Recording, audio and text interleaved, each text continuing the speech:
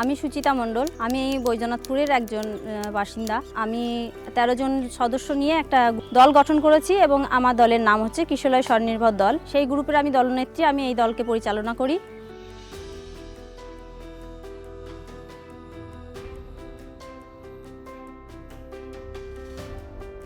আমরা এই গ্রুপের জন্য 4,80,000 টাকা আমরা লোন পেয়েছি এবং সেই লোন দিয়ে আমরা সকলে সেলাই মেশিন কিনে একটা জায়গায় আমরা নিজেরা সেই সেলাইয়ের ব্যবসা করি এবং এই ব্যবসার জন্য আমরা অনেক উপকৃত হচ্ছি। আমাদের স্বামীদের পাশে আমরা দাঁড়াতে পারছি। এর জন্য দিদিকে আমাদের অশেষ ধন্যবাদ।